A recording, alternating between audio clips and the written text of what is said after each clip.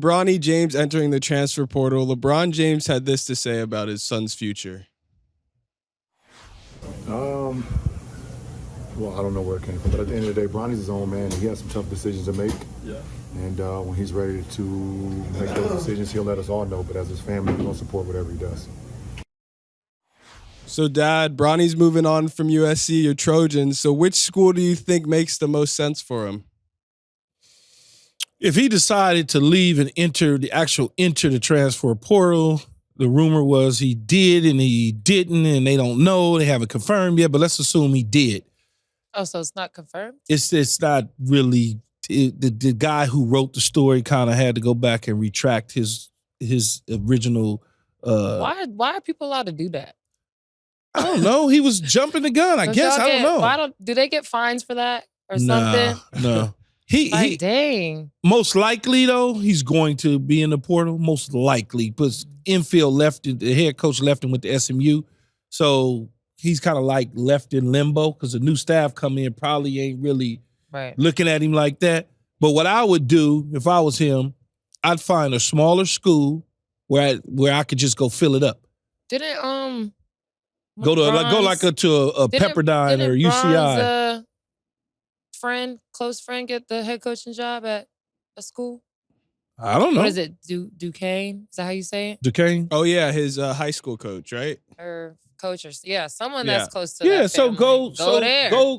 Go somewhere. Or should LeBron's high school coach. Or should he completely separate himself from that crew?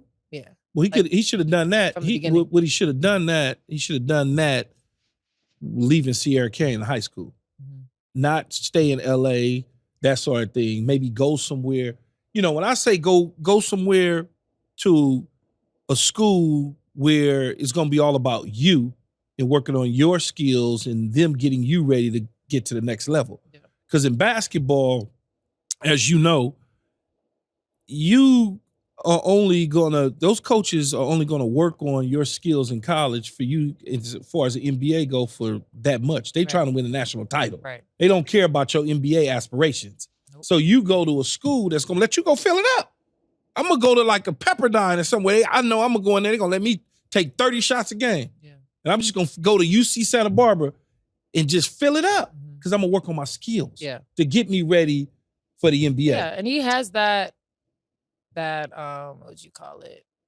That option where like it's not like I gotta go to the NBA now. Like there's no rush. There's no rush. None at all. I mean, but that when he was coming up in high school, I was like, I hope that he goes to college and like at least as well as he can enjoy being in college and enjoy that experience. Yeah. And get better along the way. So I think the best thing for him is to get out of LA. Yeah, I would go to East Coast. Go somewhere to a smaller school that'll let me just fill it up and rock out. Yeah, I agree. I think that would be really good for him. Well, Lexie, as someone who's transferred from Maryland to Duke, how do you think NIL and the transfer portal are changing the current college basketball landscape? Well, NIL has flipped college sports on its head completely, I think. More so for football, basketball, women's basketball. I'm not well versed in the other sports and how the NIL has affected, other sports, but obviously we talk about women's basketball, men's basketball, and football the most. I think about how much money I would have made in college with NIL. A lot of other players. There's a lot of W players that would have just went crazy with NIL in college. So that's always just fun to like talk to my old teammates and stuff and be like, remember what we was doing? Like, could you imagine if like we were able to Duke didn't pay you? No. I wish. Anyway. I didn't get paid, everybody, you picked the wrong school. I went because I love basketball and I wanted to learn and get my degrees. Was the coach that's at Duke now, was she there with you or Kara? No? Kara. Kara's okay. new. Yeah, she's a couple years, right? Yeah, transferring. I mean, when I would transfer, that sit-out thing was still in place. So I had to sit out a year, which I think is actually quite beneficial for players that are transferring because it is very hard to acclimate yourself into a new program immediately. So yeah, I don't think they're ever going to bring that back because I don't think it's possible to just undo a rule change like that. But for me, it was hard not playing. But when I came back that season, at my first season at Duke, like I was like ready. I was good with the team. I was comfortable. Had my schoolwork in order, all that kind of stuff. So yeah, I think the transfer portal is crazy. I think I saw on Twitter yesterday that there's like over 1,000 girls in the transfer portal right now. And it'll be most of them will not have an opportunity to go and play either. That's what it's kind of bizarre to me. I mean, speaking from a transfer kid, that it was a very hard decision for me. I played one season ACC, one season Big Ten. But then you wound up back in the ACC. Oh, you wound up back in the ACC because of Duke. Yeah. So okay. I mean, we played ACC, loved it, played Big Ten, ran through the Big Ten, undefeated, won the tournament, went to the Final Four, had a great season.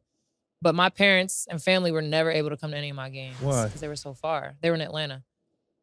Your parents were in Atlanta? They were when I was in college. So they didn't come to any games. Oh, because of DC, the track to... Yeah, it's too far. It was much closer to the Carolinas. Mm-hmm. Yeah. And I'm the oldest of 4. So they were like still have my siblings in high school and middle school and stuff. So they couldn't just like drop everything and just come to DC or Iowa or Wisconsin.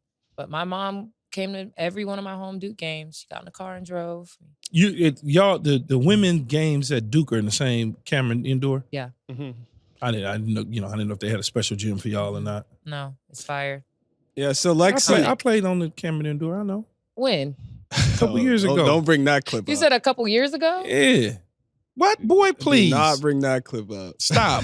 You got the clip? No, I don't have it. He just was saying. Crossed over. Me and Jay Will was in there messing around, and I fell, is what he's talking about. And you just brought that up? Hey, come on, man. Yeah, I don't care. Just proud of that? I'm not listening to him. Football players always trying to hoop. We absolutely hope you enjoyed this video. If you want more from us, hit that subscribe button for all videos, full episodes, and exclusive content from the show. And don't forget to find All Facts, No Breaks on Apple, Spotify, or wherever you get your podcasts.